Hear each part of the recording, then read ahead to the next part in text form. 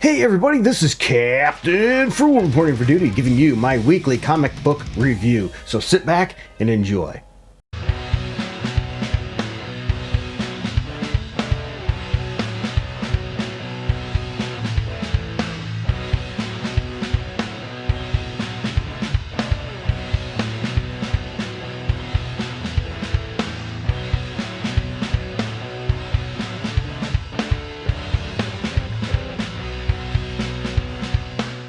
Alright everybody, for those of you that know the drill, I go over a bunch of comic books for the week that I chose to read.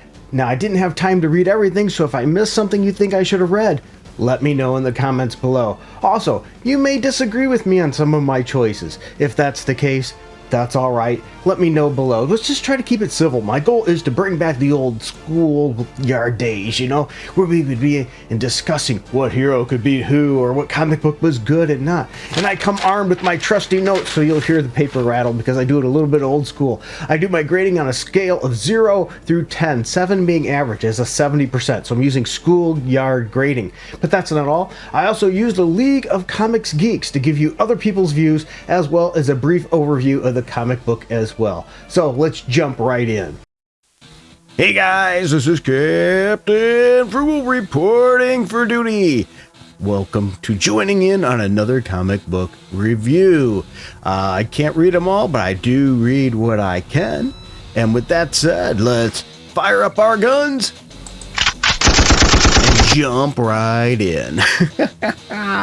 The first one I want to talk about is Amazing Spider-Man issue number 59. Now this one gets some from my friends and things like that, and people that I watch for their comic book reviews do tend to believe a little differently than I do on this one usually over the last few issues. Now I always watch the reviews after I do mine so they don't influence mine, but they haven't been liking Amazing Spider-Man, and I get it. Under Zeb Wells, it's been pretty bad for a while, though I do think there's been an uptick. So anyway, 103 out of 136 liked it with a 3.4 average rating on League of Comics Geeks, and I gave it a 7.3, which some people might think is a little high. The writer is Zeb Wells, pencilers John Romita Jr., which I'm not a big fan of his work, though for Spider-Man I think he's okay. Though this cover I don't like very much. Now there is some alternate covers that are fantastic for this book this week, so definitely consider looking at those covers, like one with Black Cat, another one where they have another spin on it with I can't think of what the artist is, but just a lot better artwork than this one. But anyway, with that said, this book is a fight. That's all it is a complete fight issue. Tombstone versus Spider-Man. It is brutal. Now there's decent art. There is a ton of action. Literally, I kid you not, this whole issue is action, and it is brutal. This issue really doesn't move the story very much, other than, well, Tombstone's trying to kill his daughter. Peter Parker Spider-Man's trying to prevent him from doing that. And at the end, they both are pretty much falling over and tired. And Spider-Man's pretty much saying, hey, I'm trying to save you from yourself here too.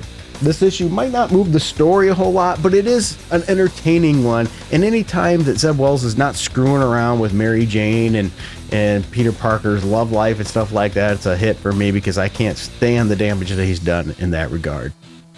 Now, real quick, before I move on to the next issue, I want to take a moment to thank these people here without giving them a call out. I don't think it'd be fair here. I usually put these at the end of the video, but not everybody always watches to the end, and these people continue to help this channel through Patreon and Subscribestar. We have TSPH, Neo Star Productions, Crazy Cat, Upsize, A Penny for Your Dimes, Comic Boom, and Rags, and some of them have channels too, so you definitely should be checking them out.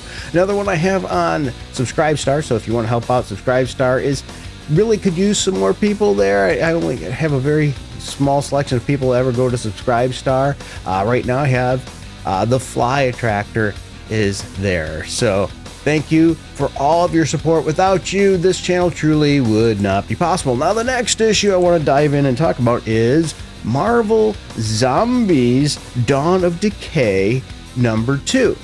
Now I reviewed this just the last month that it came out, and I didn't know. I was sitting on the fence if I'm going to keep reading this or not. I like zombie kind of stuff and content, so that part has me hooked in. But the area of hardship that I reached to is just the story is a little goofy, and the artwork just wasn't clicking with me. But this issue I felt was different. So anyway, 12 out of 18 liked it on League of Comics Geeks with a 3.4, which tells me that I think people checked it out and was like, ooh, I'm passed. And I get it. But hear me out here. I gave it a 7.2. I do think it's improved some over last issue. The writer is Thomas Krasinski. The artist is Jason Murr. And it says Thor versus Hulk. Yep, and that's what you get here. A zombie Thor versus the Hulk. Meanwhile, good old Groot is trying to get Hulk to go to the Avengers Tower, but he's just not getting it. So the big green guy just isn't getting it. And that's what we get in this issue. I'm going to say it's a pretty good cover on this issue. Much, much better art than last issue. And, it's fun sort of watching Groot try to keep Hulk from killing people who have turned into zombies. Because Hulk doesn't know any better, he's just going to kill them. It really is a silly story with decent action. If you didn't want to continue getting it, but you got the first issue, you might want to continue trying it. If not, I can't really see a reason to jump into it. I can see why it's not doing very well. Hey guys, today's video is sponsored by My Wallet. Yeah, I'm not trying to push any kind of wallet or pimp any wallet out. What I mean is it's sponsored by my personal wallet and the cash that comes out of it to pay for these things. If you want to help with this, you can hit like, subscribe, that notification bell. Those are great ways to get started. But if you find yourself in a position where you can help the channel more, we have a Patreon and a subscribe star down below that you can click on those links. And for as little as $1 a month, you'll have special videos and things to just you, music that you can get. Or maybe if you wanted to, a one-time donation just to help out, we have a Streamlabs link down below. Or we also have, if you go to the Patreon shop, you could buy a song for like $3. I wish I could put them a little lower, but that's the minimum they allow for that. So there's lots of options. Sometimes you might even see an Amazon link. If you want to buy anything through Amazon, click on my link first, then go through there. That'll give me a couple pennies, possibly that way too as well. So there's lots of ways you can help out the channel, because without you, it would not be possible. So thank you everybody. And let's get back to the video. The next book I want to talk about is The Ultimates, number 5. A 407 out of 427 liked it with a 4.2 average rating on League of Comics Geeks. I gave it an 8 out of 10. Yes, an 8 out of 10. That's a darn good score. Not quite as high as they gave it, but they usually always giving it higher scores than I do. The writer is Denz Camp. Artist is Juan Frigeri. And we have the Ultimate Hawkeye getting introduced here as, well, she's fighting Captain America. A new challenger approaches when an unknown civilian picks up the discarded bow and arrow, because I guess they went to probably Clint. They didn't say it was, and he refused to take it. And this person took this Stark tech. And Stark's like, hey, we probably ought to get this back and sends Captain America. But Captain America, knowing him, he's not going to go in rushing to take something away. He goes in for a discussion. But the new Hawkeye has some disagreements with that. And they have to put their thoughts, their viewpoints aside after a short brawl to protect themselves because something else is coming to get them. This is really a pretty cool, nice character introduction. Good art, good action, a really good story. The progression in this series continues to be good issue after issue. The Ultimates right now, in my opinion, is one of the top Marvel books. If you're going to read much Marvel, this should be at the top of the list. Can't say a whole lot for a lot of their other crap that they have out there, but this one definitely is a good meal. The next one I want to talk about is Scarlet number 5, putting an end to the Scarlet miniseries, because G.I. Joe with the Skybound under Image, they're doing miniseries of a lot of characters here, all culminating into the new G.I. Joe book. 92 out of 96 like this with a 4 average rating on League of Comics Geeks, and I gave it a 7.2, so not quite as high, but good. The writer is Kelly Thompson, the artist is Marco Ferreri. Everything that Scarlet, Storm, Shadow, and Jinx have been planning comes to a head in this issue. You might want to check it out because this is going to lead, as I said, to G.I. Joe number 1. The art is decent, but that's the thing. I think it could have been a bit better, so I downgraded a little bit on that. There's a decent ending for this miniseries, though I think it, once again, was a little lacking again, but knowing that's leading to G.I. Joe, I gave it a pass. I would get this in trade if you've not gotten this series already. This would probably be a good one to pick up in trade, unless you can go get all the individual issues cheap. It's not saying it's not a bad series. This one just was a little bit disappointing in the ending, but overall it was pretty strong, good series. All right, this next one is probably, well, not probably, it is. This is my book of the week. This is the one I enjoyed the most, and that's Transformers number 13, 186 out of 191 liked it with a 4.4 average rating on League of Comics Geeks, and I gave this book an 8.5. Yeah, so I'm right there agreeing with them on this one. The writer is Daniel Warren Johnson. Artist is Jason Howard. After the stunning events of the battle with the Decepticons, Starscream has been left for dead. If you remember, he was beaten up and left for dead a few issues ago. Now, we're going to find out what happened to him, and we get a reveal of his shocking past and how he became who he is. And I'm telling you, this is a fantastic issue. The main cover for this, I love it. Great cover. There's some good alternate covers as well, but this one I just really like. I know I might be a minority here. I always like the Starscream character. I always figured I know he's a scumbag kind of person, but you know what? In this issue, they give us a lot more detail. Really, this is a great cover, great insight into Starscream's past, as well as how he got the name Starscream, because that wasn't his original name. So we get to learn that, and we also learn how he became a Decepticon. And I'm telling you, it's a very interesting thing and a sort of a heart-filled thing. It's one of the things I've been enjoying about this Transformers series. They really do make you think and give you heart-pounding moments and heartwarming moments and things that sadden you. It's doing a great job of taking robots and giving them feeling. This is a great story. In my opinion, an absolute brilliant issue. And the art fits the issue as well. If you are not reading Transformers, you should. If you're a Starscream fan, you need this issue. If you're a Transformers fan, you should be getting this issue. If not, you're missing out on one of the best books out there right now. Next, let's shift gears into DC with Green Lantern Civil Corp Special number 1. 135 out of 158 liked it with a 3.6 average rating on League of Comics Geeks, where I gave it a 7.5. Yeah, a good strong score. Writers Philip Kennedy Johnson and Jeremy Adams. Artist is Salvador Larroca. And we have the war. The fate of the Green Lantern Corps starts here. Yes.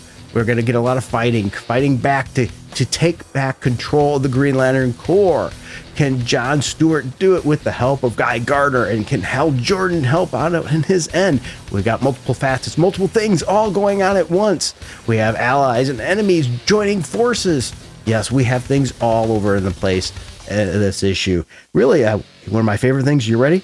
Kilowog is back. Yes, Kilowog is back. I was so sad when they killed him off, but he's not the same. There's something else going on here. Only time will tell what happens there in that.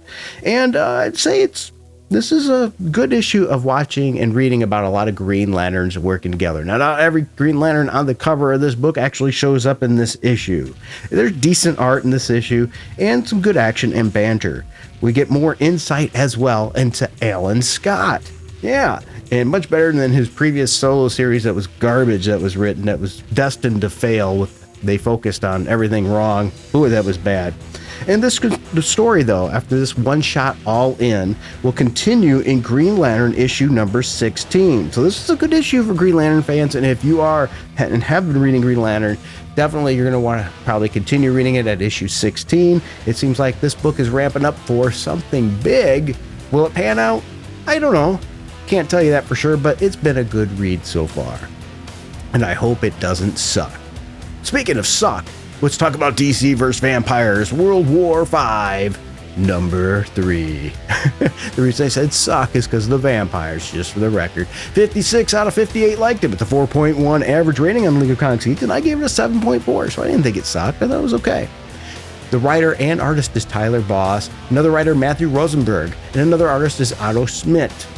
And the war between vampires and heroes continues to rage on, with the bloody casualties piling up on both sides. But Damian Wayne, the vampire with the mind of a human, remains the most desired prize in the fray. Both Green Arrow and the vampire army seek to put him down for good, because he's causing a stir between the truce between humans and vampires. And it's starting to look like Damian's days are numbered until at the very end. Are you ready for this? A dark knight emerges from the shadows and offers some unexpected salvation. There we go. Who is this? I don't know. Only time will tell. The art is a bit of a mess, though, on some panels in this issue. I wish it was better, but overall it works okay. It's an interesting story. I'm enjoying it, but the question is at the end, who is this new Batman? Who will it be? Will we find out next issue? I don't know, but only time will tell. There's also a backup story that's written. I'm not scoring this based on the backup issue. I'm doing it mainly on the main content. I'm enjoying this series. I'm going to continue to read it, but once again, I am a vampire fan. And the last one that I reviewed is Batman and Robin number 14. By the way, if there's any other books you think I should be reviewing, let me know. I've heard that Absolute Batman is really good, so maybe I missed out here and might have to change that. So anyway, Batman and Robin number 14, 165 out of 190 liked it with a 3.6 average rating. I gave the book a 7.2. The writer is Philip Kennedy Johnson. Artist is Javier Fernandez. Damian Wayne is the son of the Bat, grandson of the Demon, and Robin. But he's also nearing the age with his father growing and evolving, if you will, and as he's traveling with his father. And in this issue, we get more insight into Damian and who he is. He starts to look beyond his life of just endless violence in a different way to help the world as that begins to present itself. And he's struggling with that because Batman Bruce is telling him, hey, there's other ways we can help. We can help Gotham. We can help the world just as much, if not more, than fighting crime every night. And it's a lesson that Damian's struggling to learn. And it's an interesting one, too. It's a pretty good book. I'm enjoying it. Decent art. This new story is starting here. So if you haven't been reading it, you can read this one. This doesn't look like it'll be a long story arc either. Probably maybe 2 issues. Maybe I could be wrong. But that's what I'm gaining from it. And we get an interesting villain that's not one that we've seen time and time again. So you get something new and get something interesting. So if you're interested in Batman and Robin, go ahead and check it out. It's got some interesting alternate covers as well. Well, there you have it. That's what I read today. I know there's probably some books that I should have read. Let me know if there's anything else besides Absolute Batman. Let me know your thoughts on these books too. Like, subscribe, hit that notification bell. All those things really do help me. The channel has been growing, and that's great. These comic reviews, though, are hit and miss. If I don't put some kind of triggering title, they don't tend to do as well. But I do like to do them because I do these for the community building. You want to help the channel really soup up the product review videos. Those are the ones that help out the channel a lot. But they all do. So I greatly appreciate every one of you for all the help and support by even just watching, put a video on in the background to listen to if you want.